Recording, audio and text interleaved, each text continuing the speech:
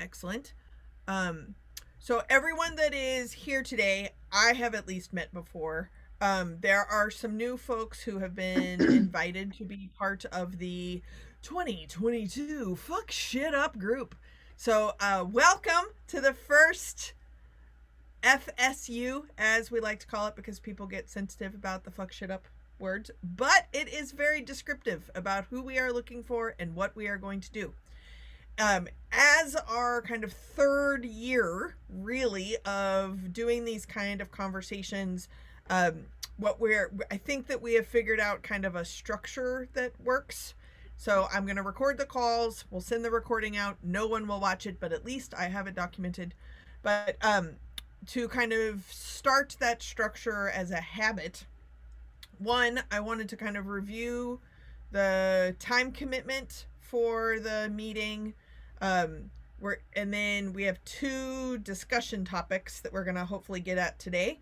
Stay as long as you like. Jackie, I know you said you have a heart out. That's totally great. And then there will be an email at the end that is actually used for all of the different task force and committees for the USBG that's around meeting effectiveness. So we are officially in the pull down menu now. It's very exciting. So we'll send that out at the end. And because mostly I'm an overachiever, we have our next two meetings already scheduled as to when they are. You should already have had invites and everything like that sent out. So before I get started, I'm Jessica. Most of y'all already know that.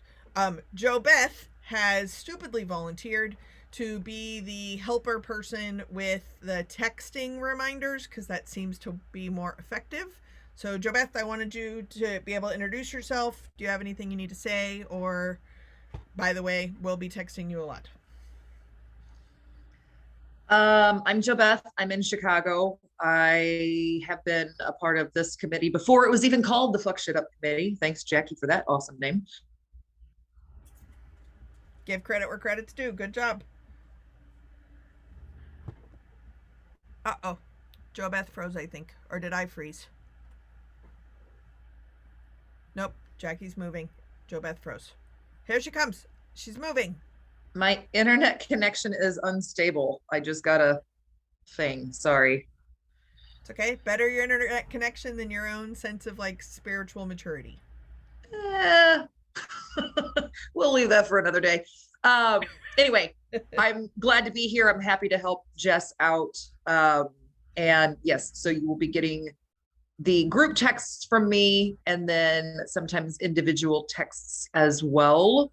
I find that texting is probably better than emails. But I am on an Android and I assume there's a mix of Android and Apple and maybe something else out there. I don't know.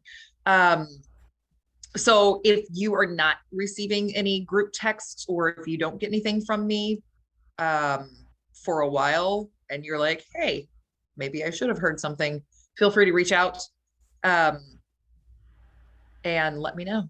And I will try to remedy that, even though I'm not very tech savvy.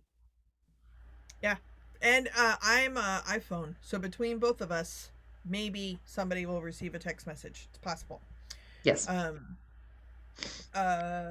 Those of you that have been on the committee before, and I guess Raul, as our official board liaison member for the Fuck Shit Up Committee, Kim, current president of the USBG, and Aaron, who is not currently here but is the executive director, will be joining future meetings in case we ever need resources or anything like that.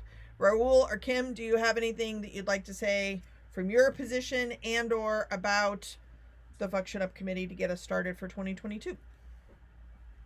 Raul, do you want to go first? Sure. When Jess told me about it, can you guys hear me first? Everybody good? Yeah.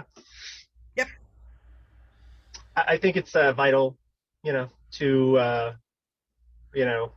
fixing the chapter, I guess, is maybe that's the right word, the wrong word, I don't know, but like getting us to where we can be even more relevant and better responsive to the chapter members. I just felt something was missing, and this sounded exactly what we needed. So I'm so here for it. Super excited to be part of it as well. Super dupes. Kim, as a current reigning president, do you have anything you'd like to say or add about the Fuck Shit Up Committee for 2022?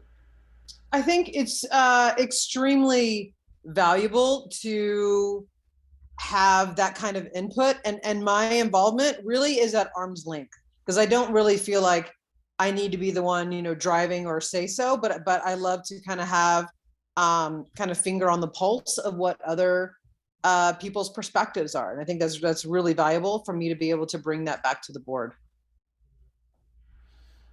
Absolutely. Very cool. Mo, David, and Frankie and Jackie, you are all returning members. I want to make sure that you know the process is basically still the same. And if you have any thoughts or topics or anything that you ever want to add, or you hear about them from anyone else, like I just send them my way and we'll add them to the agenda. But I want to make sure that we have plenty of time for our 2 hopeful topics today. I did put into the chat the very first thing that the Fuck Shit Up Committee actually wrote and created and passed, and it is now part of USBG, is the USBG value statement on inclusion and belonging. Jackie, since you are the most tenured member, I'm assuming that you can see it in the chat. Can you read the statement to us to invoke our results, as well as kind of the intentions of what USBG is? Sure, if I can find where the fuck I put my glasses. Oh, glasses! That's the worst. I'm so sorry to call you out on the. Why? I'm an old. All of the olds wear glasses at this point. It's fine. Dude, you are not old, and I wear glasses. I'm the oldest on this call, I'm pretty sure, but that's okay. I think you are. I got LASIK, but I'm still gonna have to have readers in a few years. You need to get up for a second. Come on. Give me a break here. Come on. He's like, nope. I'm not gonna disrupt the cat. While Jackie's looking for the glasses, I did not mean to call you out, Jackie. I'm so sorry. It's fine. Hold here on. we go. Oh, good. Oh, and of course they're like epically stylish as well. USBG value statement on inclusion and belonging.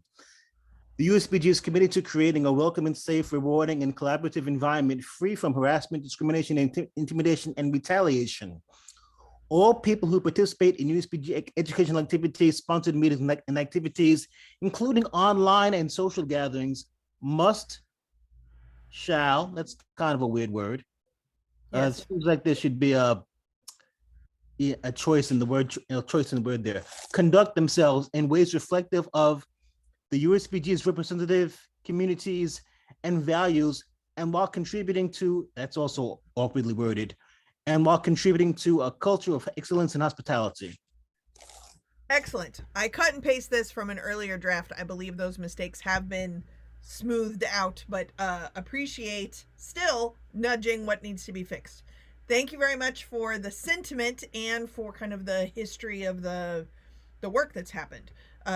Last year, we kind of put a pin in things around March, actually, because everything kind of started opening back up. But I wanted to make sure that people knew that this statement, all the previous conversations that have happened, including the financial changes. There was a conversation that I think Mo and Kevin kind of led kind of accidentally in one of the meetings last year. All of those changes have passed and moved forward, and it's a whole new year. There was a video that Kim, Aaron, and I recorded at the board retreat that was sent out to everyone who was invited to the Fuck Shit Up Committee, as well, to kind of summarize what has happened over the last several years. What the current plan is, and just to have this in the recording, is a hope that we will meet every month. Ideally, we will do at least one, but maybe 2 topics each time we meet each month. And those meetings are scheduled to be 2 hours in length. If we get through 2 topics in 2 hours, we can throw in a 3rd one, or we could end early. The main thing that I have learned from past iterations of the Fuck Shit Up Committee is nobody likes any homework. And my job as the facilitator is to keep a clean focus on what it is that we're going to talk about and then facilitate how we are going to talk about it in real time in that meeting. So the big ask in between meetings is just around communication of figuring out what people's schedules are like, which is already like herding cats. And Jo Beth, thank you again for volunteering to kind of help with this. So there will be emails, there will be doodles in case you're not familiar with those things. The doodles help pick out all of your availabilities, what the most popular times are. I will be sending out calendar invites as well that have the Zoom link and the password. It's always going to be this exact same link. So it's the join code is also my cell phone number. The password will always be Seahorse with a capital S. Thank you for navigating Zoom. But you'll get the emails, the messages from Doodle, the calendar invites, and then text reminders, either in group or individual, from me and or Doodle and or Jo Beth. Then we'll be using Zoom as the platform. Sometimes we might be using Google Sheets or Google Docs as like a shared platform to be able to write some things on. We will be using the chat function or reactions inside Zoom. There may also be times where I need to share my screen or use breakout groups. And at times we will have guest speakers. So, for example, April's meeting, membership committee is going to join us at the beginning, and that's going to be with Cole and Colleen. They have something that they want to run through the car wash of the Fuck Shit Up committee. And the May 10th meeting, the National Conflict Resolution, Ingrid, is going to be coming to also talk about something at the beginning of the meeting. So the next 3 meetings you should already have emails and invites for: March, April, and May. If you can attend, awesome. If you cannot, they will be recorded and I'll share the links to people when I'm confirming the second meeting. So any other questions about pre-administrivia related to Fuck Shit Up? We're good? Welcome. Last year I tried to do like an orientation and it got like confusing because you just wanted to start fucking shit up. So there's your orientation. After today, you will get the recording and the link to do a kind of how did the meeting go so we can start building some infrastructure of the meeting. So you'll get that. So for today, March 29th, the first meeting of 2022, the first discussion item that I'm thinking about doing is specifically about the 75th anniversary that is coming up about the USBG. Obviously, the board is directly involved in trying to really amplify what 75th means. And that also creates the opportunity to even think about what the 100th separation, or not separation, Freudian slip, celebration of the USBG means or looks like, or how to celebrate it, etc. So I thought I'd toss that out as a topic of discussion. Doesn't necessarily need to be fucked up just yet, but what kind of ideas or things do you have in reference to how the USBG could celebrate its 75th anniversary? So let the rowdiness begin.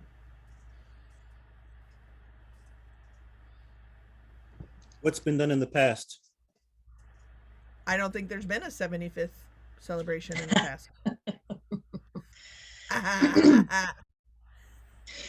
Well, and my question to kind of go along that, have they done anything for like a 50th? What do they have planned already? And is this going to be, I guess we kind of probably need to have a little bit more information from national, like if what they have planned, so I don't know, Kim, if you have any information on that. Kim or Raul, maybe. Or Raul. Well, I was just sorry.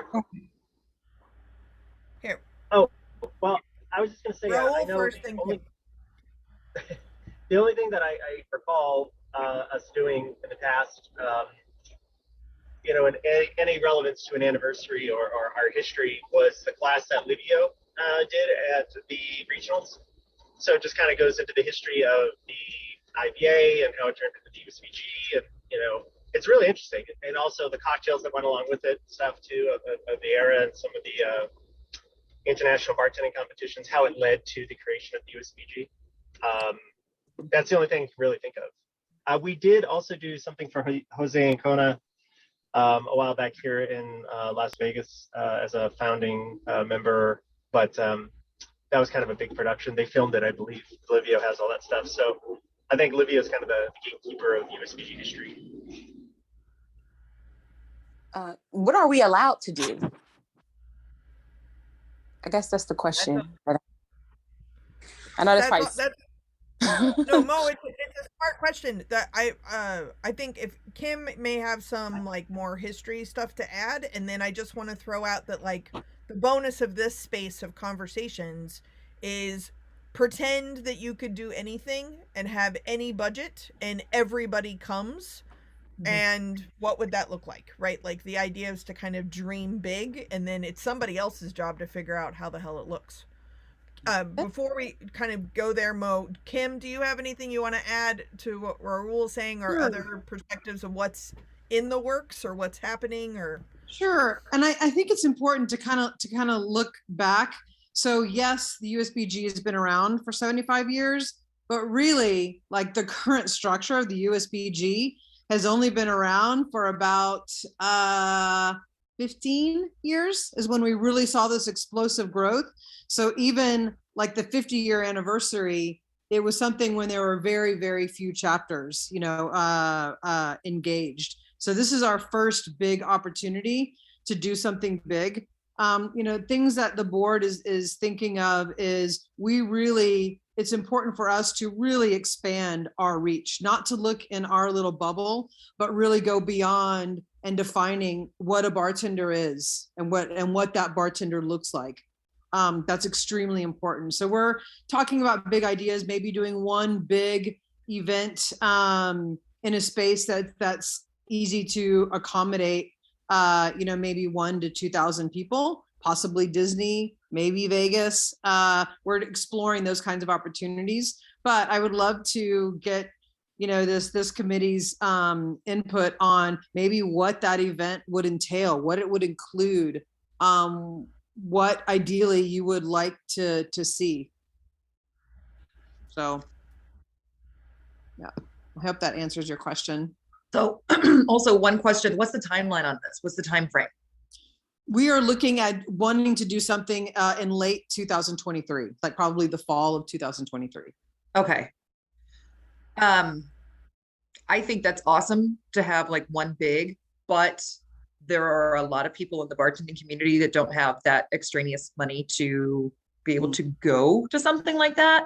So I think my idea was to maybe have something at next year's regional conferences. We can start doing celebrations then. That way we would have something in each region, number one. And then number two, have something, I don't know where it could be, like, here's a little kit that we're going to provide to all of our chapters, and then they could put it on themselves. So maybe instead of our holiday party, we're going to do an anniversary party.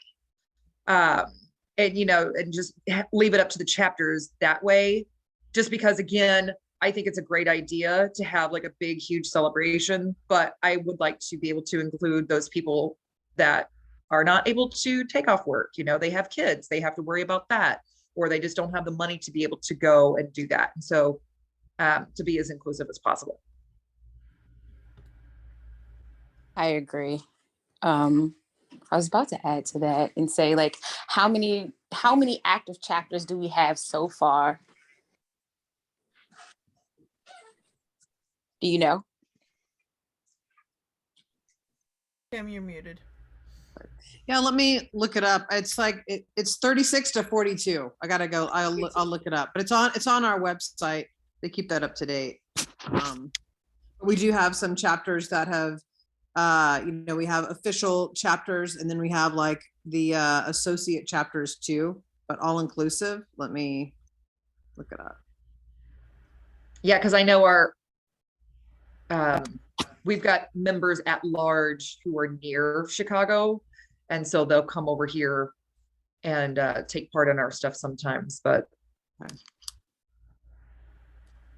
And also, I guess I know we're talking about this big party, but what are we doing to get those members who decided not to come back? What are we doing to get those members who we left a bad taste in their mouth while still attracting new members? Yeah, I had a hand up for yeah, it was in response to Jobette's idea of like as opposed to, so I like the idea of regionals, like breaking it up, because one big party does seem kind of like, hey, come to the Oscars, you know, somebody would be like, well, it must be nice, right? So instead, if we're celebrating our anniversary all across the country, if we can accumulate those funds that we would utilize towards this big event, if we broke off a chunk of kind of discretionary funds for each individual chapter to then make their own party or event, or an outreach to come join a sign up thing, whatever they feel is their anniversary celebration. I mean, that might be something to keep in our hat, like when we bring back to the board, as opposed to one big thing. Why don't we break it off, discretionary funding, so that way people don't have the travel challenges, the cost challenges. That's my 2 cents. Back up. I was going to comment on Mo, so Raul, thank you for going first, because I missed your hand, which is very visible, and I don't know how I missed it. Sorry. The Mo's point about past folks, and I'm going to even narrow it down to like disgruntled past folks. There's a idea floating out that I will have reconnection conversations with a list of people who maybe are disgruntled or maybe just really were very had a lot of social power members, and then their membership has kind of dropped off. So before the celebration, the idea is that I'm gonna reach out to those folks for reconnection conversations, give them kind of a heads up of what is happening and that this anniversary is coming up, and we'd like their feedback or their involvement. Maybe also their, renewed membership, maybe not, but at least they were a very important part or played a role in the social power of the group for the last several years. So I know that that's something that I haven't started yet, but is coming. And also, if you have names or emails of people that you think might be good for me to have a reconnection conversation with, that's available. I know that's the only thing I know specifically that has come up about what can be done with those kind of former members. Mo, did you have other ideas or something? No, I think everybody who's brought something to the table is like really, really nice. But that's always that thing. When I was talking about this last year and bringing up the USBG, everybody didn't have a lot of things good to say as far as coming back. And this is somebody who I'm new. So it was like, oh, I had no idea. I didn't know this was happening. So we can plan this big party, but will people show up to it? Mm-hmm. So I'm on board with the party, and I like the whole regional idea and doing something locally. But that was just my major concern. I didn't want to sidetrack the conversation. It's not a sidetrack. It's like a big elephant in the room. A lot of the negative feelings are also just based on like erroneous information. And so I think there's a lot of work happening to kind of fix some of the perception problems but when this is just me as an outsider who's not a member, but when you're dealing with people who don't necessarily know how like large membership-based associations work, or they don't have an HR office to report things to, that's not necessarily the association's job. And then there's the foundation, which is actually different. Some of that's just not common knowledge. So I think there's some kind of education ideas going out about kind of fixing that misinformation too. And people's gonna light their dumpsters on fire and have their feelings hurt. That's gonna happen too. And there are people who have a lot of reason to have their feelings hurt and set dumpsters on fire too. All of that's just kind of, regardless of the association, that's kind of a real piece. And I think now that we're talking about it, I think probably what might be, I don't know how, I know we're talking about donating the funds or whatever the case may be, but some people are still not back at work, or maybe even providing the USBG providing some of those bartenders with paid opportunities for this event that we do throw. Fun. Mm-hmm. And To show Kim that put we are in- actually Sorry, are Mo. listening. Huh? I was just gonna say, I thought you were done, but Kim put in the chat there are 46 chapters. So when supporting them, I would imagine there also needs to be a conversation of like, some chapters are very large, some chapters are very small. Does everybody get the same thing to kind of kickstart the, regionally located party or something? Jackie, it looked like you were gonna say something. Perhaps I made that up. My question was how my question was along the lines of what you're thinking. How is the effort going since we've had this conversation on the 30,000 foot level? Is membership up? Have chapters reinvigorized? How are things going on the ground? Excellent question. Because I hate to throw a party and then no one shows up.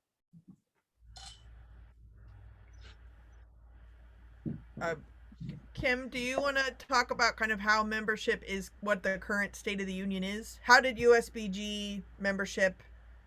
Oh yeah, I can speak to that. And there's kind of good news and bad news. I think, bad news is that we have changed like the membership structure. Now it's once a year, right? And we did see a pretty big decrease in memberships. I know they are going to be sharing, like putting out like the official membership report to chapter leaders. But with that being said, we do have seen that the chapters that are still there are reinvigorated. They have this whole turnover of new leadership that are super engaged and are all about inclusivity and growth and trying to give them the tools to do that. So it has, there was a decrease and it's kind of plateaued and we're starting to see some growth. So and again, also trying to reach people that are even outside of the guild is important to us too. Encouraging people to join and rejoin and kind of widening that doorway is important. So Excellent. And Kim, there's a nudge in chat to not rock while you're on camera because it's motion sicknessy. Yeah, I keep on trying to look at you. I'm like, nope, can't look. Sorry. It's okay. A couple things too that I would add in about membership that might be helpful. So first off, the demographic information was is optional for members to fill out. And so along gender, 61% identified as men, 37% as women, 2% as transgender, non-conforming, non-binary for the membership numbers. 8% AAPI or Asian Pacific Islander, 2% Native American, 7% Black.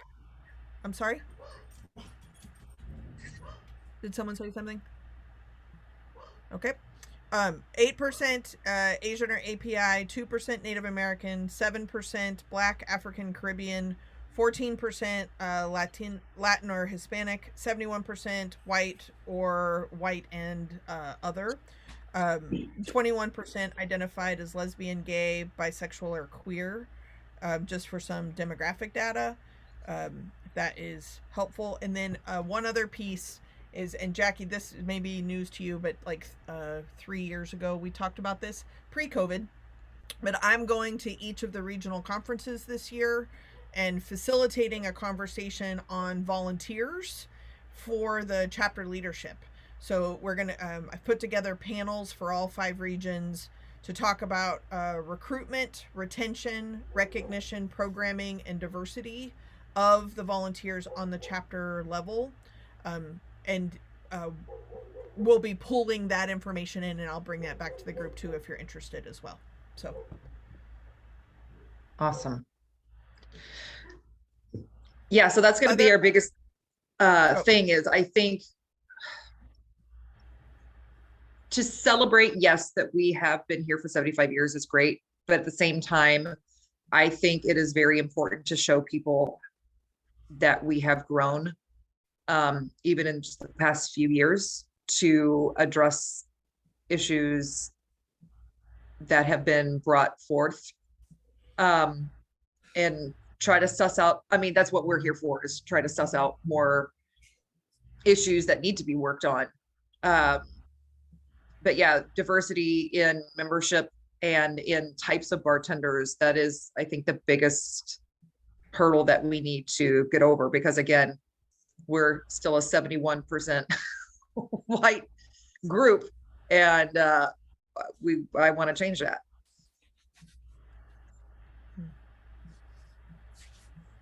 Yeah. Great. Other thoughts, comments about 75th anniversary ideas?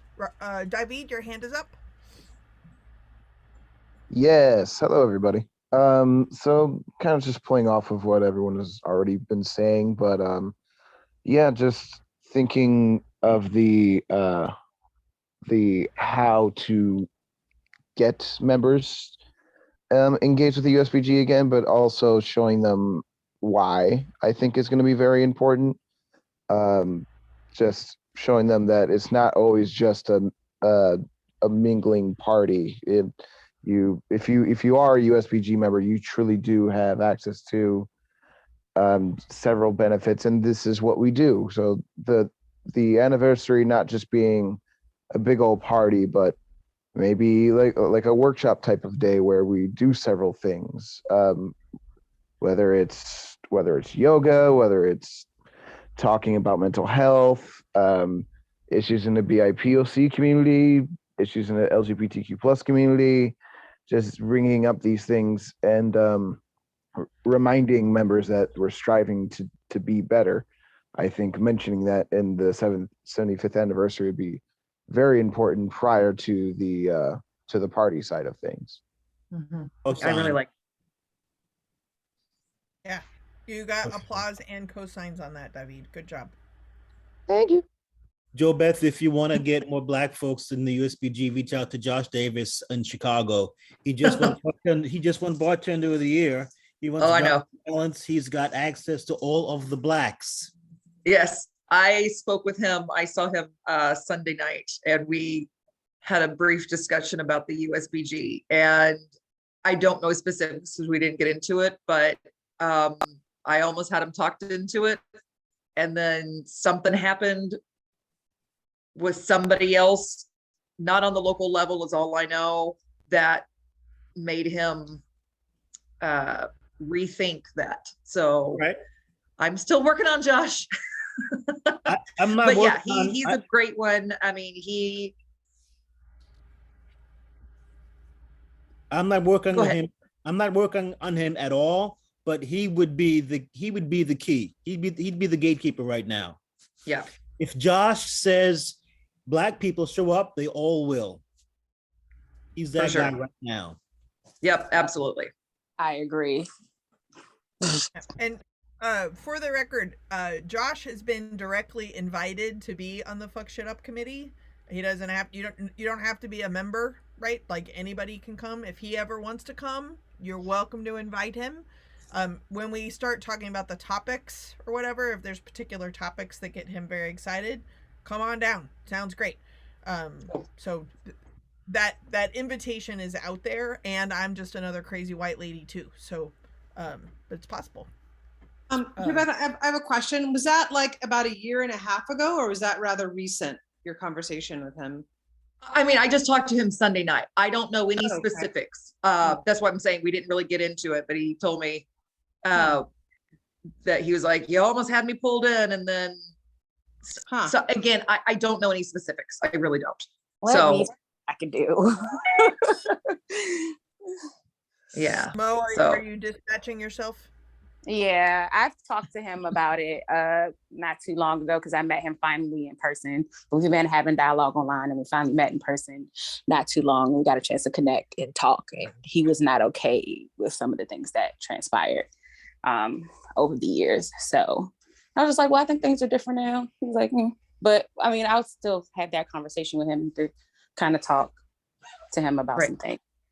Well, and not even just Josh. I think, what Jackie was saying, what Josh says has a lot of weight right now, but what any Black bartender has a lot of weight within the Black bartender community because what we have to do is, show them that they can trust us, that we're going to do what we say, and Yeah. that we are striving to be better. Well, I think that's the biggest thing. agreed. And I am working on building a small network for me because I'm an event bartender. I'm no longer behind the actual bar. So I run my own mobile. So there are a lot of mobile bartenders that want the educational opportunities, who want to work with brands, who want to do certain things and they don't have access to it. So I'm definitely, if there's something here that we could do, especially in the DC area, to show that this is what we're doing, I think that would attract a lot of good people. Mm-hmm. Frankie, do you have anything that you want to add? I want to make sure you get a chance to voice anything on the topic at hand.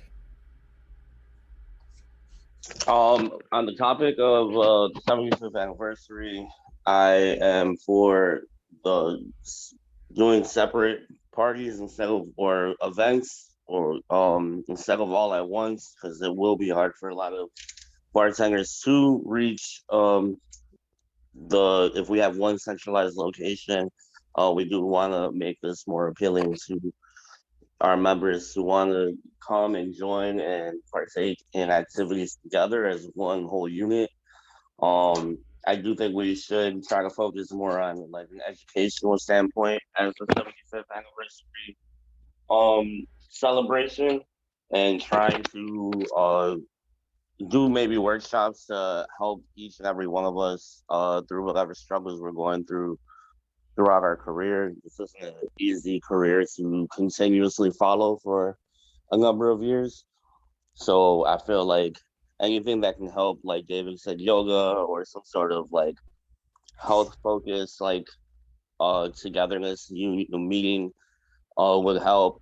Maybe even something with like classes on like financial advisement and how to stack away your money throughout the year, because we all go through a slow period throughout January, February, March. And a lot of times I find that being a learning curve for a lot of newer bartenders or bartenders entering a different community or city, because I don't think, I mean, I wasn't raised with a huge focus on financial security and how to plan for the future. And bartending has become a little bit of a crash course of that for me myself, because you don't expect certain events to happen like we had over the past 2 years. So I feel like a hyper focus on education, health, and wellness for a 75th anniversary would be phenomenal. And then extending that and doing that in particular regions, like at a regional conference, would help a lot, and might also help the organization bring in folks that have probably written us off or said they don't really want to participate with our activities. Like, let's offer them some invaluable information that can help you within your career, and also like beyond being at the bar and trying to work on your career, just in your life. Not all of us are going to be bartenders for the duration of our life. So skills that we can take throughout our next journeys, I feel like that would be a great way to like give back to ourselves. Frankie, that's great. Jen, welcome. We are having a conversation, not necessarily a fuck shit up of something that exists, but a general conversation about the 75th anniversary that is coming up, and what kind of things could be done, would be helpful, dividing it up amongst the 46 chapters, talking about kind of past members and pulling folks back in, what could be done. So I think Frankie, actually, you did a really great summary of the conversation, but I couldn't track, Jen, exactly when your audio kicked into what you were able to hear. Welcome to Fuck Shit Up 2022, Jen. Any thoughts or comments, or you want to kind of introduce yourself as a returner? Thank you. Introduce myself. I think I know most people here. I'm Jennifer Schellenberg. I'm from the Minneapolis St. Paul chapter. I was on the board. My term just ended on our board. Yeah, I don't know. Great. Yeah. Perfect. Welcome. Just off the top of the cuff, do you have any thoughts or ideas that would be cool or not cool for a 75th anniversary celebration of USBG that need to be voiced? Not off the cuff. Thank you for the All right. opportunity. No worries. I just I thought that that was kind of a good-ish place to kind of pause on that topic, and then I thought we would move on to the next one. But then Jen, I didn't want to do that, and you'd be like, "Dude, I didn't even get to say anything about it." Any other like Thanks, last? Jess.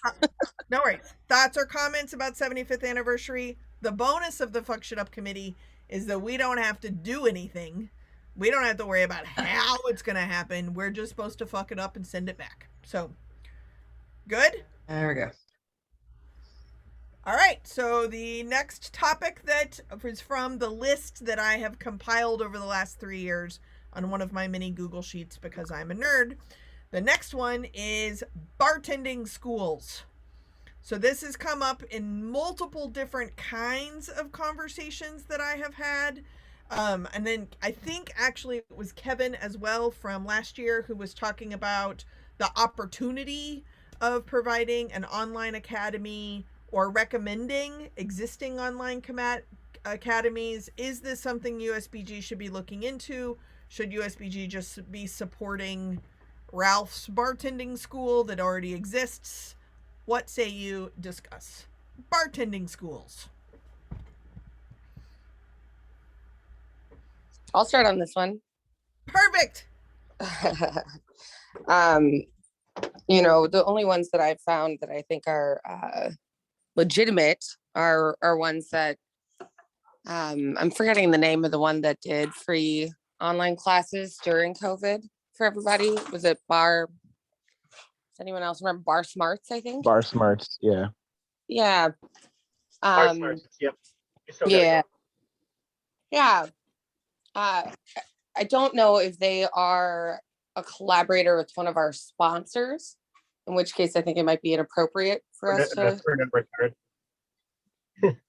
I work for Pernod Ricard, so that's full disclosure. But yeah, Bar Smarts is our program.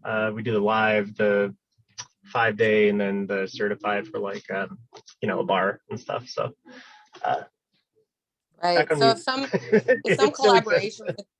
some collaboration with the USBG meant that people could get Bar Smarts for a discount or something, that would be cool. Bartending schools in general are terrible wastes of money that don't actually teach anyone anything or actually get you any legitimate placement in our community. That's my 2 cents. Sweet. Raul, your hand was up first, then David.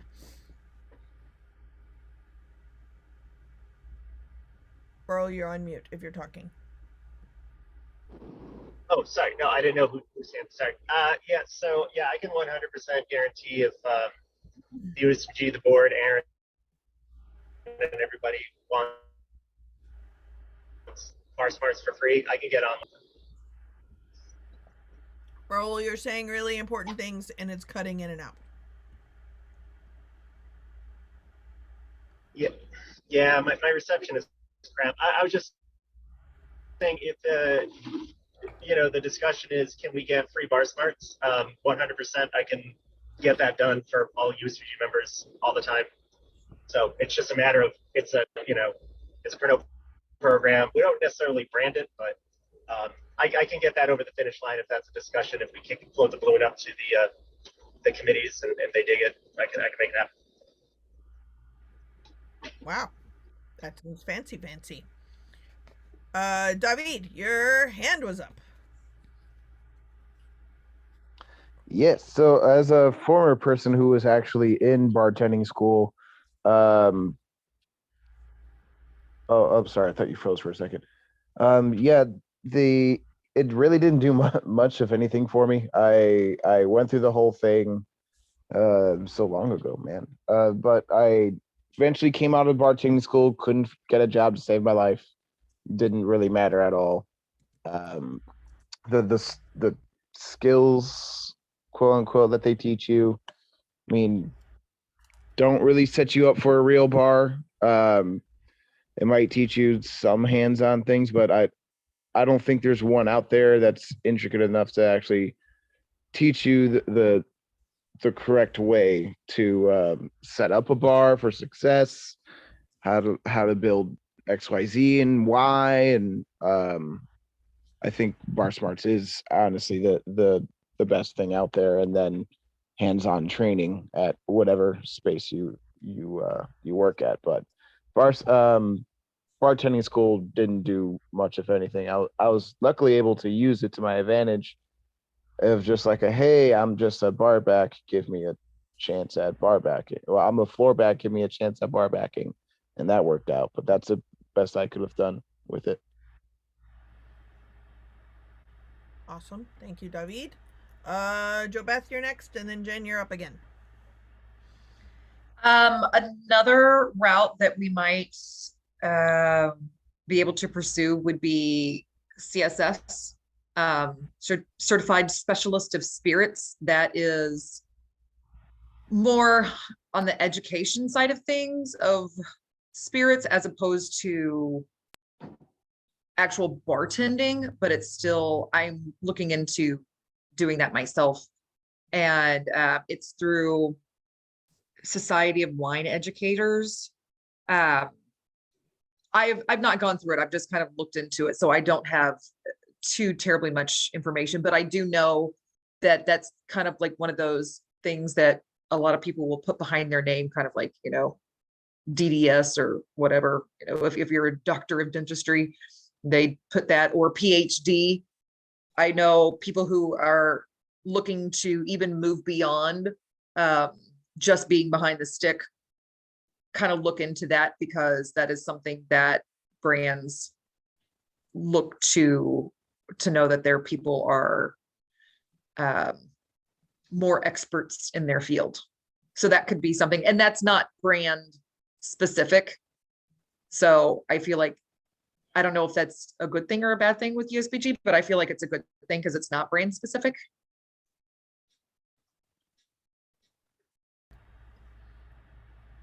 Great idea.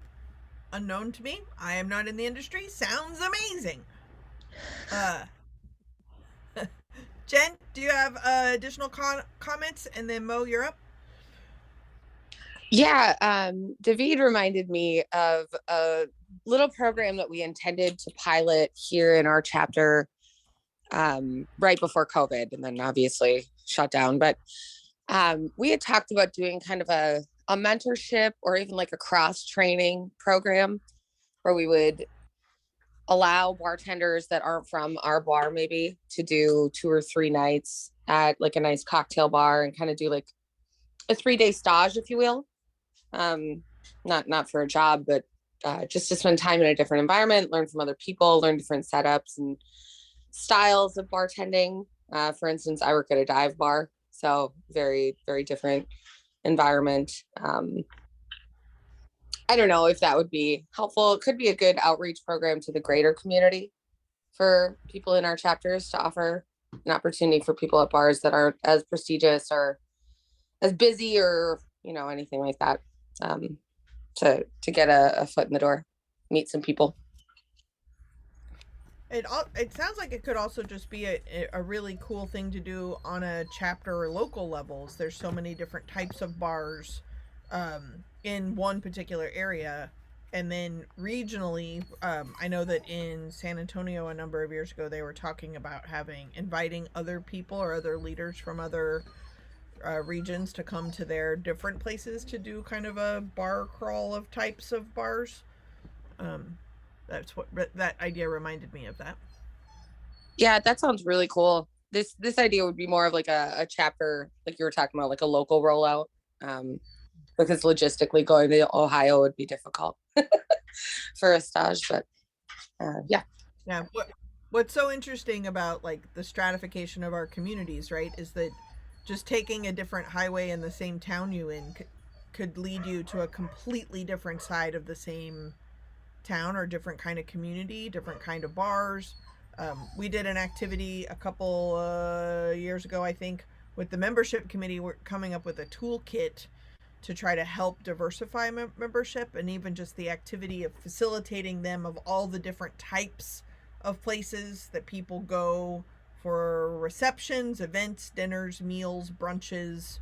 Like all of a sudden it opened up in their own little towns, let alone everywhere else. So that's always good to remember. Mo, your hands up. Yes. First of all, Jess, I think that's a great idea. Okay. I always wanted to do that. So that's a great idea. Piggyback off of what Joe said, I just finished my level 3 WSET. So wish me luck that I passed. But then I'm You're also getting thumbs up from Joe Beth. Huh? You got thumbs up from Joe Beth. Oh, thank you. So I am in the route of becoming a spirits educator. So I do know the director for WSET. So if you wanted to partner or do something, then I'm more than happy. I'm only basically technically allowed to, once I get my education status, I would only be allowed to teach probably like 1 and 2. But that's still something that could be an introductory course to others that might not know anything or want to know and be in that route. Super great. Sounds awesome. And congratulations. When do you find out your results? In May. Yeesh. I know, right? Excellent. So I'm going to ask similar kind of question, but maybe a little bit more tangential to the conversation. If USBG, one, keep in mind, it is a very small skeleton staff and is currently run by a lot of volunteers. But let's pretend, right? That's our job. So USBG decides that it's going to make its own widget. And that widget actually is some really good bartending school that for bar owners, bar managers, bartenders, servers, restaurant entrepreneurial best practices that's actually useful, to David's point, not just kind of the basics and then you have to get on the job training, but like this one's epic and amazing and incredible, fantastic, right? And it becomes a money driver, let's say, right? Like that it becomes a really great source of income for the organization. Let's pretend that those things are true. What problems do you foresee that happening in the greater community? What kind of relationships would need to be mended? Why the USBG doing this widgety thing? Hypothetical questions. It would be great. The hypothetical is there are also other organizations out there, like Lush Life, some in Brown and Balance and Chocolate Disease Best. They're all doing like educational opportunities and programs for people of color, and actually helping them get behind the bar and do things. So maybe partnering with them to do some things might be able to increase your value. But that's the only thing that I would see kind of like being maybe an issue. Because there are people out there already doing it. Yeah, and that's already come up as an issue with regional conferences, etc., is when to partner and when to do your own thing. And I actually was really pleasantly surprised, just an FYI, that as I have been working with the organization over the last 4 years, of how collaborative most people really are interested in being. But now we get back to that relationship and kind of the history of USBG and mending some of those fences. But from the folks that I have worked with, they're very, very, very interested in collaborating and supporting other folks versus kind of mine. Just as a general overview of USBG's kind of approach to education or working with other entities. Jen, your hand's up. Oh, I forgot. Can I say something? Yeah, and then she go for it. What I would also like to see, because they have a cocktail competition that's like really big and really known, I would like them to do like an introductory course, like, or like to prep you, like this is what you're going to be able to do. And I think that would get more people in the door and not be so scared and get that more inclusion that they want and aspire if they were to do like something that could get people more aware of what they would be getting into. I actually have in my notes, Mo, that at our very first conversation, you had the idea. This is why I'm super creepy and no one invites me to Oh, parties. I forgot. But you had that idea, and if I, based on my notes, what you had stated is it's almost a mentoring cocktail competition relationship. So someone who's already aspiring to be in the cocktail competitions gets paired with someone who's already been successful, but then a third entity is someone who doesn't even know if they'd want to do it. But then creating that kind of chain opens those doors to the competitions, but also just elevates skills, elevates connections and community. That was all your words in our very first conversation. Oh, dang. Okay, I'm shutting up then. Oh, shut up. You're smart. I just write it down, and that's creepy. So I get it. Jen, did you remember the thing that you forgot? I did actually. Thank you. Your question was, what issues do I see, or do we see as potential for this idea, the widget idea? And I would only say accessibility. If somebody doesn't have the $120 a year to be in the USBG, then accessibility could be an issue all around, which piggybacks on what Mo was saying as far as having ways for different communities, the BIPOC community specifically, to get more tools. Yeah. Awesome. Great. Kim, I'm curious, do you have any thoughts or comments or ideas? I know that you're technically bearing the weight of being president, but just put your member hat on, maybe, or take off 47 of your other hats. Do you have any thoughts or comments about bartending school, online academy, skill building, certification, collaboration, stuffings? I think there might even be some opportunities for some collaborations, like with partnering with some culinary schools that we have that has been discussed and talked about, which I think could be really good opportunities for us to also expand our outreach, because it would also allow us to include other types of memberships, culinary students as well. So yeah, I think being able to kind of partner with some other university and culinary schools and putting some programs together for our members is kind of going to be another cool thing to do. But I love the idea. I think being able to offer, especially something digitally, is much more cost efficient for everybody to be able to be included. Yeah, I know that in some of the conversations that at least I've been kind of privy to around culinary schools has also included undergraduate institutions and their hospitality programs as a possible partnership as well. So welcome, Alina. We are having a hypothetical conversation about USBG's role in bartending schools, online academies, recommendations, certifications, partnership with other programs. Not necessarily fucking shit up, but just kind of hypothetically fucking shit up. What would that look like? What would it be? Etc. etc. So welcome to the meeting. Jo Beth, your hand is up, and then Raul, you're next. Kind of piggybacking on what Jen said with accessibility. I know that we want to definitely make sure that people are seeing being a member as an important thing to be able to gain access to lots of different perks and education things. But I think opening up the idea of having something like this to try to garner new members could be a really good thing.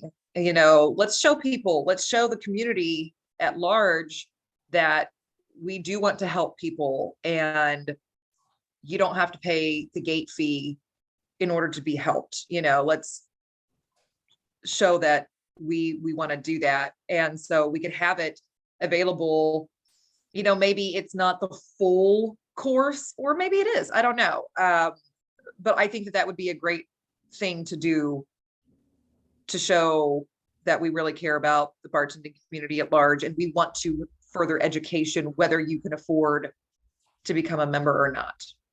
And maybe it's a good way to, because again, there are still lots of people who don't even know what the hell the USBG is. So that would be a good way to introduce what we are to more people as well. Mm-hmm. You're getting lots of applause and reactions. I don't know if you can see those, but good job. Great. Raul, your hand is up. And then Jackie, I'm going to come for you and see if you have any thoughts because I know you have to bolt soon. Yeah, I was just going to say, I'll work on my side of the fence on just getting a code available for if we do decide to pull the trigger and they can do it. I know the Bar Smarts is, a program. They say it's non-branded, but like if they're like using a gin, it's going to be Beefeater or something. You know what I mean? In a video, but they're not like Beefeater's the best gin in the world. Kick the rest out of your bed. So you know what I'm saying? It's like, it's there, but it's not there. But anyway, I'll just work on my side of the fence to get that cleared up because, I think it's good for them. It's good for us. But, it still has to go through EdCom, I believe, and then approved by the board and all that stuff. But I mean, might as well get the bureaucracy I can handle on my side of the fence out of the way. Super dupes. Thanks, Raul. Jackie, what about any thoughts or comments percolating in the beautiful head of yours? I'm one of the people that is asked to contribute an opinion, and I've never bartended. And it's one of the reasons I respect bartenders so much. So my opinion here is not really. My opinion is of relative value. I know that there's value to Bar Smarts. I know that's accredited. If we can get the USBG members access to that, that's a great thing. My feeling is don't reinvent the wheel if someone's out there doing it and will give people access to members. That's a great carrot to offer. Yeah. Well, and you're not off the hook yet because you're one of the few brand owners that are on this particular call. And so I was particularly coming from that angle. So even like I'm getting ready to like use an example that I probably shouldn't because I barely know what I'm talking about. So Raul was just talking about something in a video using a liquid that's called Beefeater. That doesn't necessarily mean you're endorsing Beefeater, but it's the liquid that was being used in the video. Is there an opportunity that also is around sponsorship or endorsements or not endorsements that's actually mutually beneficial to brand owners as a random sample of one? Hard to do that and not have it be pay for play. You open up that door and the Diageos of the world can sort of walk in and take over the whole thing. I believe that it's the kind of thing that got the USBG National in trouble before, is being accepting big sponsorships from big brands. It's a slippery slope. What are some ways that the smaller brands could actually benefit from, I want to use the word exposure, but that's terrible, at least in my line of business. But I think real harm is done by big brands and big money. So again, this is a fictitious thing that's occurring. So then what kind of questions or protocols or things are we making up in this made up hypothetical that would prevent the big money coming in or the big politics coming in with the big money that really highlights smaller brands, individual brands? Like through my work with the USBG, I've met a number of y'all that you're like one person who had an idea. You don't have staff, you don't have employees necessarily. So I'm while we got you, I wanted to check in and what kind of questions would need to be answered prior to pulling a plug so that doesn't happen again.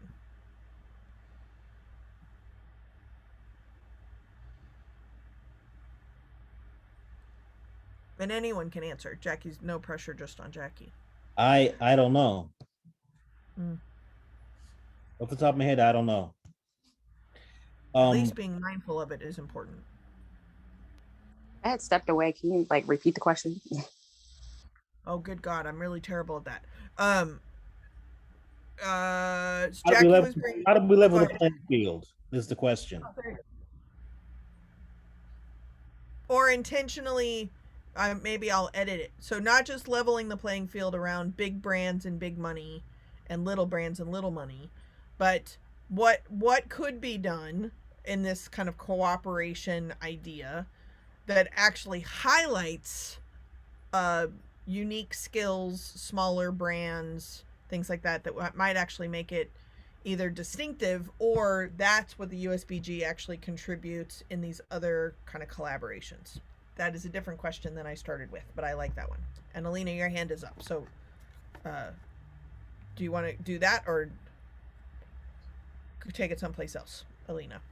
Oh, no, just, I guess I always go back to like what we were doing in Pittsburgh, because it seemed like we did have our own kind of educational programming that was separate from anything coming from national, that was really effective for us, both as like creating value for members and also as a revenue source for our chapter, where it was probably like half of our programming on a monthly basis came through our education committee. And we just made a sliding scale depending on your brand. If you're a boutique brand, there's a different sponsorship fee or different engagement fee than if you're Diageo or a large distributor. And if you're a local brand and you're offering something like a distillery visit, like you don't pay a sponsorship fee, you're hosting us in your own space. And that really opened it up to being accessible to those smaller brands in a way where they wanted to engage with us. One of the things the T2B does is it draws a line at craft versus big by the amount of proof gallons that you do in a year. You could literally say, if you're doing X proof gallons, you qualify for a lower rate. That's a great idea, and it's quantifiable. Yeah, and Alina, to your point about programming, at least the programming tools that I have been involved with to help people create, all of the chapter programs are supposed to be doing their own programming that's specific to their own communities and their own members' needs. To like, that's supposed to be happening, and kind of the bare minimum is supporting the national programming. But that isn't always feasible or possible. And part of the reason I'm going to all the regional conferences this year is that a lot of the chapters of the 46 have lost not just their members, but like anyone else who could possibly be on an executive leadership team of a chapter. So they're all kind of like regrouping and restarting. But that individual programming is actually the best way to recruit and retain members and future leaders and get the wheels turning again. So I just wanted to highlight that. Did you want to say something else, Alina? I couldn't tell. No, that's just like our example of how we dealt with it. And I'm pretty sure that that was like a self-imposed or like a self-created structure that we did as a chapter. Because this was like, we made our own education committee locally before I think that was a thing, and just figured out how to make it work with our community. Yeah, it's certainly highlighted as a best practice enough that I know about it, right? Pretty impressive. Raul, your hand is up, but before I go to Alina, I just want to let you know the lighting in your kitchen situation is like a super romantic looking painting. I have the soft light today. Yeah, I'm expecting you to do like a soft documentary tone for like PBS NewsHour. But that's just next time I demo something, I know this is a good window.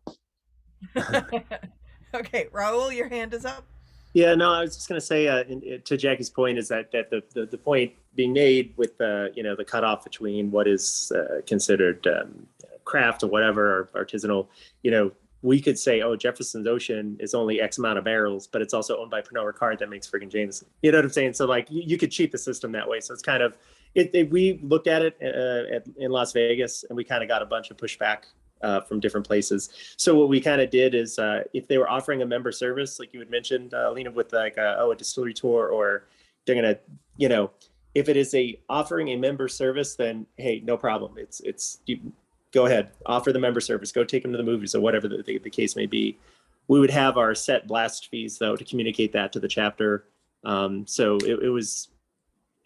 it's a tricky thing to be like, well, you pay more and you pay less, Also, in these giant organizations, sometimes people have different budgets. They'll say, okay, well, you can only do one activation with $400, and then it's a $200 blast fee, and then you got no money for drinks or food or whatever, So it's tough to try to find that window. But I found member services, if they're offering a service of some kind, i.e. distillery tour, something like that, then that's an opportunity I don't want the members to miss out on because we're trying to collect a blast fee. You know what I mean? Yeah, and that's why, like, when Jackie's suggestion about having a quantifiable rubric, what sucks about quantifiable rubrics of making those kind of choices is there's always subjectivity, and what's amazing about them is it erases a lot of room for subjectivity. So you kind of have to do quantifiable with an asterisk is usually how that gets around, which is a best practice that's not really doesn't sound good, but it's what ends up happening. Before we change to the last thing, Jackie, I know you have to leave in 15 minutes or so. Frankie, do you have any thoughts or comments about the discussion we've had so far? And then David, I'm asking you the same question next. Outside of the bartender's school, like I don't really have too much to put in. I feel like there may be a place for bartending school itself where it can draw people into our community or our industry, and it's kind of like a gateway. So I'm not completely uh against bartending schools. You know, there's definitely still that door and that opportunity for someone who never thought they would find themselves in this sort of career or industry. It's a good way to kind of bring in the folks who would never see themselves in this light or in this lifestyle. But past that, I don't really have much more experience in that realm. But I will have to be leaving soon. I do want to say we've been having some really good conversations today, and a lot of folks have brought up some really great points. So I'm happy I was able to tune in, and hear from all of you amazing people. But yeah, that's my 2 cents. Awesome. Thank you, Frankie. And thanks for, like, this is your first real fuck shit up conversation because you joined in right before everything closed down again last year. So thank you for being here. David, same bucket. You joined at the same time. Do you have any thoughts or comments before we kind of move to the last little thing I'm hoping to do today?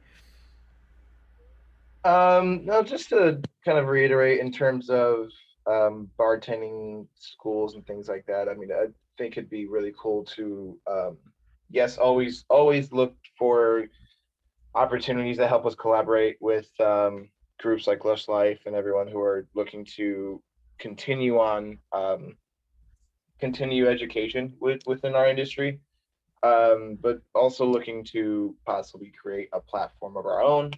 I mean, I've looked into apps myself in the past, but I think it'd be a really cool tool for us to have as an educational platform. I've noticed people using that more and more, just having something ready to go on the go for education, especially how hectic our lifestyle can be. But yeah, it's maybe looking into that and educational news as well. So those people that we collaborate with, looking to make sure that we are always in the know what they're trying to do and show support in that way, because in the end of the day, it helps our community being the hospitality and bartending skill, the bartending community. So why not show them those opportunities? But yeah, that. And as for the other subject is I don't think I have enough expertise to necessarily give it a structured opinion. Discernment is a skill that not everyone is willing to admit that they need. So I feel like I have conversations all the time with people who have no experience whatsoever, but here's my opinion. Or maybe it's just because I hang out with consultants, but that's very smart, David. Good job. Any other last thoughts or comments about this hypothetical word cloud we have been discussing of bartending schools, online collaborations, what to do if things?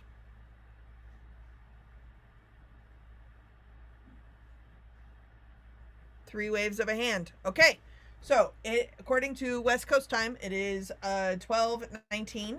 So the last thing that I'm kind of sort of hoping we could do today is, first off, welcome to Fuck Shit Up. And these two topics were from a list that I have culled from all of the notes of the last 3 years.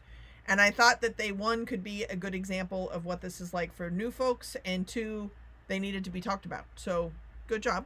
The topics that I have put in the chat are the things that are still left to discuss: pros, cons, ideas, hypotheticals, whatever, fuck it up, of what has come up from all different kinds of conversations that either a member of Fuck Shit Up has had with me, or that I have had in any of the other iterations when I'm working with the foundation, the board, the staff, chapter leadership, regular members, etc.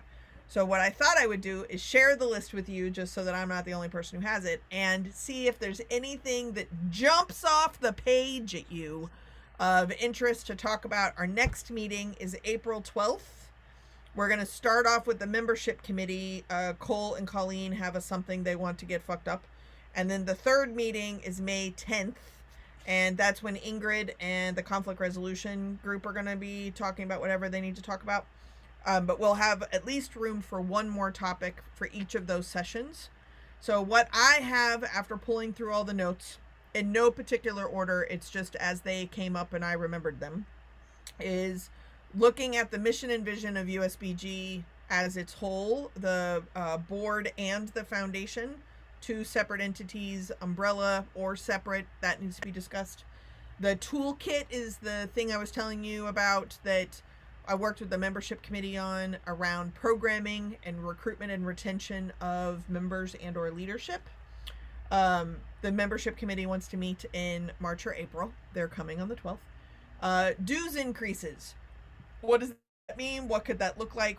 Why not to do that? Why to do that? Who to charge more? Who to charge less? Is there a quantifiable with an asterisk rubric around whether increases should occur or should not occur? Community norms and relationships between coworkers. Coworkers meaning literal, coworkers meaning volunteer coworkers inside of a chapter or on a project or a committee doing the national education. Chapter finances, activity reporting. What could be done to help support chapters do a better job with their finances and activity reporting. Operalization of chapters. It's very hard for me to say. Which is the nationalization versus chapter domain. We need insight from local members and or staff of what's good and bad around nationalizing versus having rogue 46 chapters, and what's the reality in between the two. The board actually had a very hard time with this as well, but coming up with kind of the different avatars of the members. The membership of USBG is significantly more diverse than Jeff with the manicured mustache in a vest slinging some fancy cocktail. So if we can actually envision who the different avatars are, then it's a lot easier to make choices, even if we go back to like the 75th anniversary, is what could be done that each of the kinds of avatars would be interested and piqued. Some people want education, some people want a party. That's just an example of where avatars might be helpful. The foundation itself, the importance, the mission and the vision of it. Live events, chapter importance. What do they love? What do they not love? What are they missing? How can chapters be better supported? And then those reconnection conversations with the disgruntled people or people still holding a flamethrower to a dumpster that I will be one-on-oneing with. First, anything jump out? And two, this is the working list we have now, but the Fuck Shit Up committee also gets to add things to this list, as do all the task force, all the committees, all the board members, chapters, etc. As I go to the regional conferences, I'm willing to bet I will hear things that need to be added to the list, but I wanted to give it to y'all first. Thoughts, comments, anything? You make me put on glasses, Jess. I did, twice. Twice. I read them all aloud. Wasn't listening. I read them aloud. JoBeth, your hand is up. Well, I will defer to Jackie as soon as he's ready to go in. Well, I think something that would be good is the operationalization of chapters. I think Okay. that's a good one to tackle early on because that's been a big conversation. Even before I was on this committee, that was the thing that had come up at regionals and things like that. So I think that that's a good. Awesome. I have put a note. Jackie, do you want to go? Because I know you have to leave soon. It seems like we have a lot of the values that were the main issue previously in a much better place. I would say now the trick is getting processes in place that actually add value to being a member. I'm going to add that to the list. Add value to membership for members. All right, great. That might be a good thing, too, to start off with when Cole and Colleen are there. Before we, like, they have whatever they're going to talk to the fuck shit up about. But then before they leave, we can be like, haha, we have a question for you. And that is, and then we can facilitate that part. That might work. Sweet. Other thoughts, comments, anything jump out, anything look outdated, anything solved, anything give you an idea?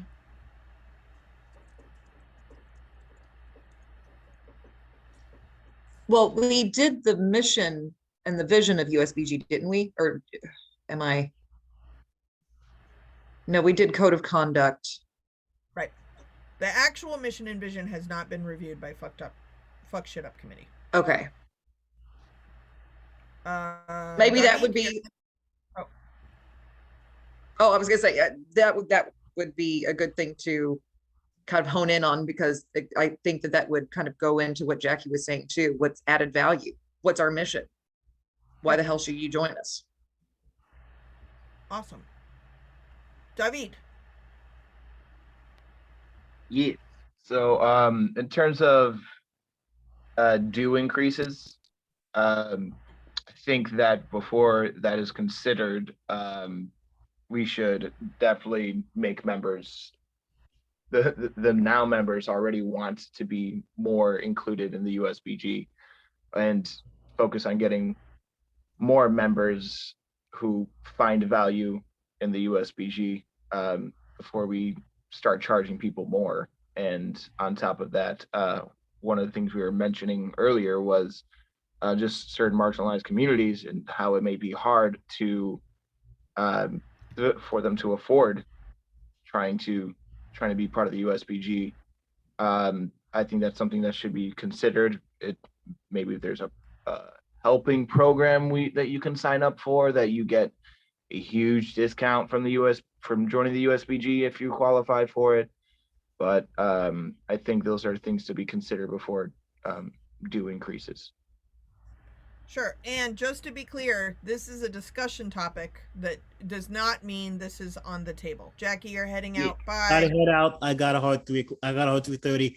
This was good. Good progress. I appreciate you all. Hope I see you all in real life soon. April 12th. What's April 12th? The next meeting. Okay. I won't be there, but I'm already sad. All right. I'll see y'all soon. May 10th. May 10th? Jackie's like, fuck off. I'm trying to leave. May 10th is the next one. I might be on May 10th. I'll let you know. I'll see you soon. David, back to you. I just want to put this up that especially for this group. This is on the list because there are a number of times I've been in conversations where like an easy answer to a tough conversation we're having is, oh, well then we can just increase dues. Or like, and then it immediately goes down this slippery slope of like, no, we can't do that. We're already losing like, no, that is not an option. So then I was like, perhaps the Fuck Shit Up committee should have a Fuck Shit Up conversation about the pros and cons of dues and what it means and what to do and what not to do. So I just want to make sure, so that I'm not making anyone have agita, this is a discussion topic. This committee doesn't do anything other than fuck shit up. So then if under the guise of a fuck shit up conversation, that does not mean that somebody somewhere is plotting how to increase the dues already. I want to potentially control for unintended impact and conspiracy theories. This is literally just a conversation, but I did put a 1 by it because I do think it's really important. So just to be super clear. Solid? Good, thank you. No worries. Nobody panic. Okay, Jen, your hand is up. Yeah. One of my personal thoughts has always been that we should really focus a lot more on the broader community outreach.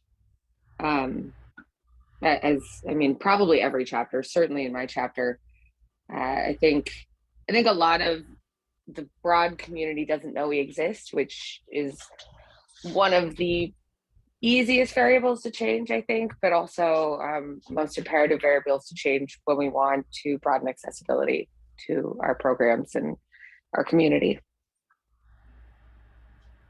Excellent. I put that under probably the toolkit as well, because I think those conversations could go together. Great. Alina, your hand is up. So, I mean, Jess, especially because we both did that organizing for power thing, I think maybe our committee would be, or our group would be a great group of people to like actually power map what's happening as far as like who has influence, who has resources, where are these things coming from, what's not important to us, like within our organization and also in the industry. And maybe that would be a step that we should take at some point. That's a really cool idea. I'm going to write it down. What I would really love to see, and this is one of those like shitty things that I don't mean in a shitty way, but like if the Fuck Shit Up committee is a much smaller group this year, so that we have a much better chance of like ongoing, I came every month, I could have these conversations. A power mapping idea would be really great once we really get like the same people kind of showing up every time. And it's a smaller group, so then it's less all over the place, and there's less national board members attending who know a lot of the like sausage making stuff, right? So obviously the executive director, the president, and then Raul is, Alina, you weren't here for this, Raul is going to be the board liaison person. So instead of having a bunch of board members kind of listening to the conversations so that they can be informed, which has worked marvelously, because when these topics go to the board, then everybody doesn't question stuff because people were there for all the conversations. Now it's really institutionalized and understood how Fuck Shit Up works, and that the whole idea is punching holes in it. Don't tell anyone, but this is also how you like work against confirmation bias. You create decisions that are more inclusive, because sometimes when you're making sausage, you just really like sausage. So then it's brand new, fresh eyes can create a good conversation. That seems to be fully understood by the whole organization and the staff. So now we have a small, hopefully more nimble group that comes regularly. So power mapping is awesome. And if we could do that before the end of the year, then that actually might even set the topics for the next year. Power mapping. I'm writing it down. And that's by industry, org, and maybe even the chapters too. Because the NCC could potentially do it with the different chapters of the different regions. Do you want to explain a little bit what the power mapping is? I just realized there may be somebody on the call who doesn't know what the hell that is. Yeah, it's really just taking like a thorough step back and look at where all the influences in whatever community project you're working on are. So, and not necessarily even just the people you're working with, like people that you want on your side that aren't on your side for some reason, people that are in opposition to the project you're working on, and just figuring out where all these things are moving around, whether it's an individual or another organization, or just kind of creating a like visualized and fully formed idea of where all those sources of power are in your community in regards to the projects that you have, so that you can better engage the people that should be part of that, and make sure the people that shouldn't be part of it aren't even involved, and flex where you need to. Mm-hmm. Awesome. any other topics kind of jump out in the list of archived topics to be talked about? That we were on a roll and then COVID happened. So now we have like catch up and more to do, but we're doing great on time, etc. Anything else jump out as interesting, or do you have some other new idea that you'd like to throw out? I'll ask the same thing when I'm at the regional conferences too.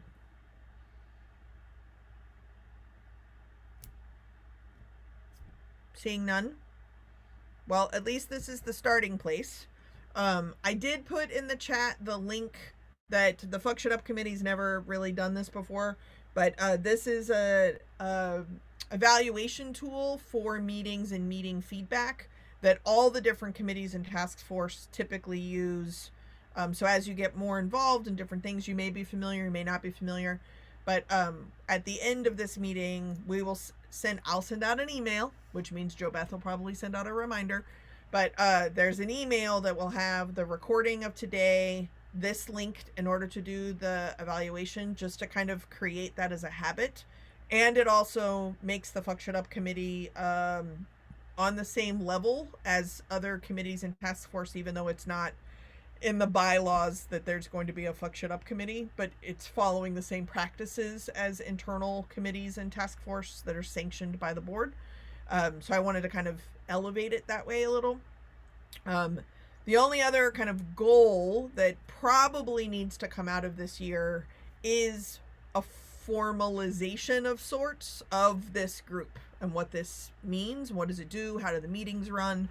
I don't mind facilitating the meetings. I find it quite fun, actually. But in theory, this committee should exist long after my contract. So then what would that mean, and what would that look like to be able to have the ability to facilitate a Fuck Shit Up conversation without being invested in the results or the hows? So kind of the structural stuff will be things I'll be mapping out this year. So other than that, I think we might actually end early, and we did 2 topics. What? I know, I chose the topics well. Let's see, Mo, do you have any thoughts or comments or parting things as we may potentially end for the day? And then I'll come for Jen next based on how the squares line up. No, not at this moment. I think the conversation felt very productive and it went very well. And it seemed like we're all like-minded in what we want to happen. So I look forward to the future. Boop, boop, boop. The future, meaning April 12th, which will be the next meeting, right? Okay, I'll be there. Yeah, right. Jen, you're up next, and then I'll go for David. Hey, good to see your beautiful faces. I agree, it was very productive, and I'm sorry I was late. We take what we can get. It's totally great. David, thoughts, comments, and then we'll go to Alina. Just it was really cool to finally get back to all this very important work after COVID. Looking forward to see what else we can fuck up, and in the best way, of course. But yeah, thanks everybody, and look forward to seeing all of you in person. Excellent. Awesome, David. And then I said Alina was next, and then Joe Beth, I'm coming for you. It's good to see everyone again. Did I miss the first hour of this because of time zone confusion? Possibly. I think I did. I'm in a new time zone now. I won't mess that up next time.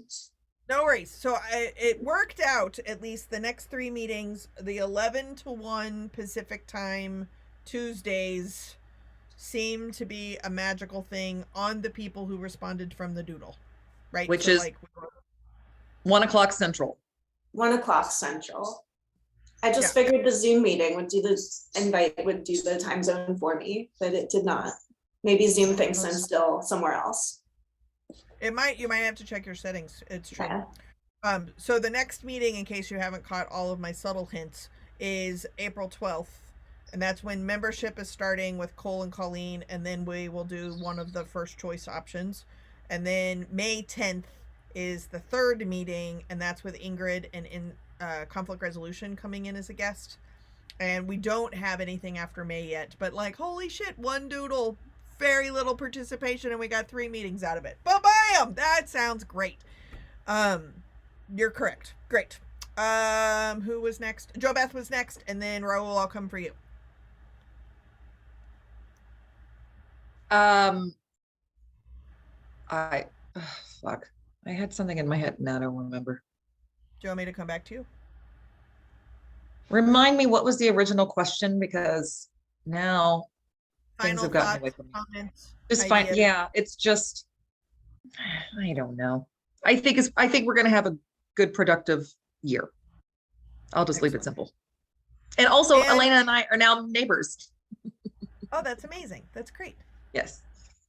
Hopefully I'll see you in Chicago, because I'll be there. And Jo Beth, again, thank you for volunteering to be kind of the text assistance wrangler, and then also just being a regular participant, right? Like, those are 2 different hats.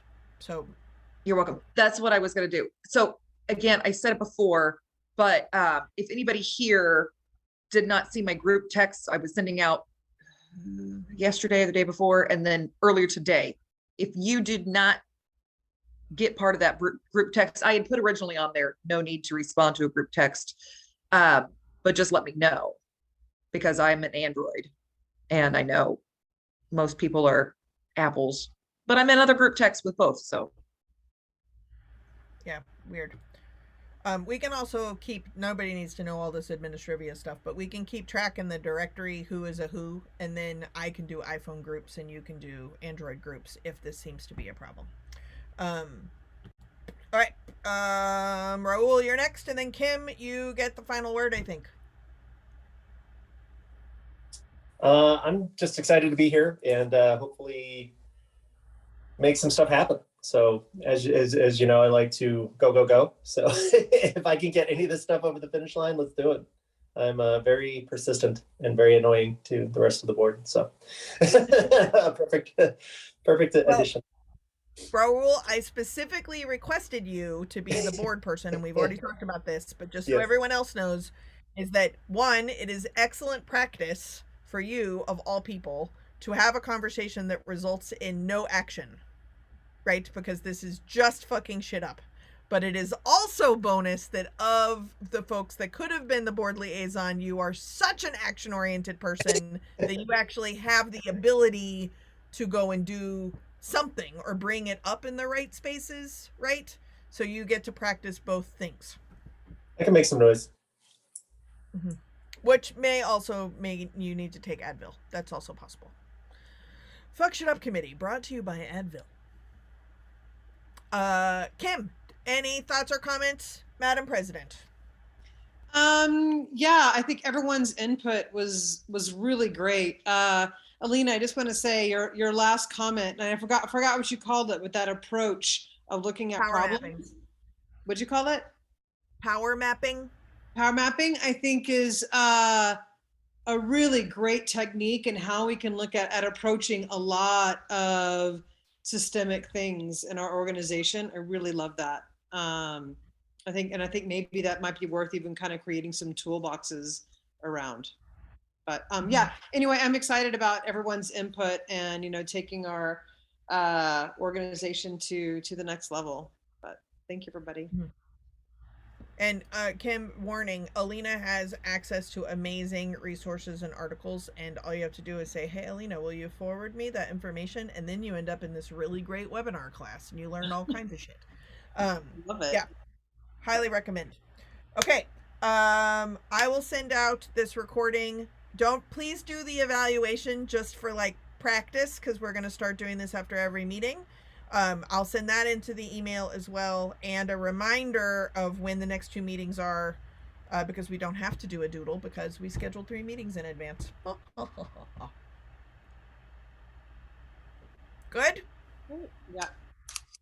Okay, I wish everyone water bottles, pee breaks, and stable internet. Have a great day. Awesome. Thank you. Bye, everybody. Bye, guys. Bye, everybody. Bye.